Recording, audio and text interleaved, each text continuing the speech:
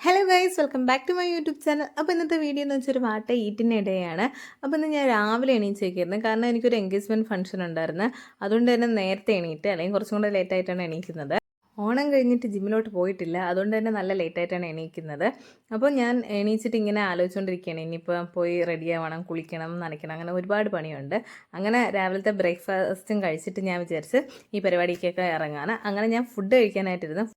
രാവിലത്തെ ബ്രേക്ക്ഫാസ്റ്റ് എന്ന് വെച്ചാൽ നല്ല ചൂട് ദോശയും സാമ്പാറായിരുന്നു. സാമ്പാറെന്ന് പറയത്തില്ല, എന്നാലും സാമ്പാർ കണക്കത്തൊരു കറിയായിരുന്നു. പക്ഷേ എനിക്ക് ദോശ ഇങ്ങനത്തെ കറികൾ ഭയങ്കര ഇഷ്ടമാണ്. അത് കഴിഞ്ഞ് നമ്മൾ എൻഗേജ്മെൻറ്റ് നടക്കുന്ന സ്ഥലത്തെത്തി. അപ്പോൾ ഇത് ഞാനും എൻ്റെ താത്തയുടെ കൊച്ചൊക്കെ ഇങ്ങനെ ചുമ്മാ അതും ഇതും വീഡിയോ ഒക്കെ എടുത്തുകൊണ്ടിരിക്കുകയാണ്. അത് കഴിഞ്ഞിട്ട് നമുക്ക് ഫുഡ് വന്നു. ഫുഡെന്ന് വെച്ചാൽ നല്ല മട്ടൻ ബിരിയാണിയും ചിക്കൻ ഫ്രൈയും സാലഡും ഇതൊക്കെയാണ്. ഞാൻ കഴിച്ചുകൊണ്ടിരുന്നതിൻ്റെ ഇടയ്ക്കാണ് അയ്യോ ഫുഡിൻ്റെ വീഡിയോ എടുത്തില്ലല്ലോ എന്ന് ഓർത്തത്. അത് കഴിഞ്ഞിട്ട് ഞാൻ വീടെത്തിയിട്ട് ഒരു ചെറിയൊരു പെപ്സി കുടിച്ച്, ഒരു ഗ്ലാസ്, വലുതായിട്ടൊന്നുമില്ല. അത് കഴിഞ്ഞിട്ട് പിന്നെ ഞാൻ ഒരു ഐസ്ക്രീം കഴിച്ചു. എനിക്ക് ഈ ഐസ്ക്രീം ഭയങ്കര ഇഷ്ടമാണ്. അപ്പോൾ നിങ്ങൾ എൻ്റെ വീഡിയോ കണ്ടിട്ടുള്ളവരാണെങ്കിൽ അറിയാൻ പറ്റും, ഇത് ഞാൻ ഇടയ്ക്കിടയ്ക്ക് വാങ്ങി കഴിക്കുന്ന ഐസ്ക്രീമാണ്. ഇത് പിസ്ത ഫ്ലേവറാണ്, അതുകൊണ്ട് എനിക്ക് ഭയങ്കര ഇഷ്ടമാണ്. ഇതിന് 20 രൂപ വരുന്നുള്ളൂ. 20 രൂപയ്ക്ക് ഒരു അടിപൊളി ഐസ്ക്രീമാണ്. അത് കഴിഞ്ഞിട്ട് 2 മാഷ്മെല്ലോ ഒഴിച്ച്, ഇങ്ങനത്തെ മാഷ്മെല്ലോ ഇങ്ങനത്തെയൊക്കെ ഐറ്റംസ് എനിക്ക് ഭയങ്കര ഇഷ്ടമാണ്. അപ്പോൾ ഇതൊക്കെ ഞാൻ പോയി ഇടയ്ക്കിടയ്ക്ക് വാങ്ങി കഴിക്കും. ഇന്ന് സ്ഥിരമായിട്ടൊന്നുമില്ല. അത് കഴിഞ്ഞ് വൈകുന്നേരം എന്ന് വെച്ചാൽ ഞങ്ങൾ ഉണ്ടാക്കുന്ന പഴം നുറുക്കാണ്.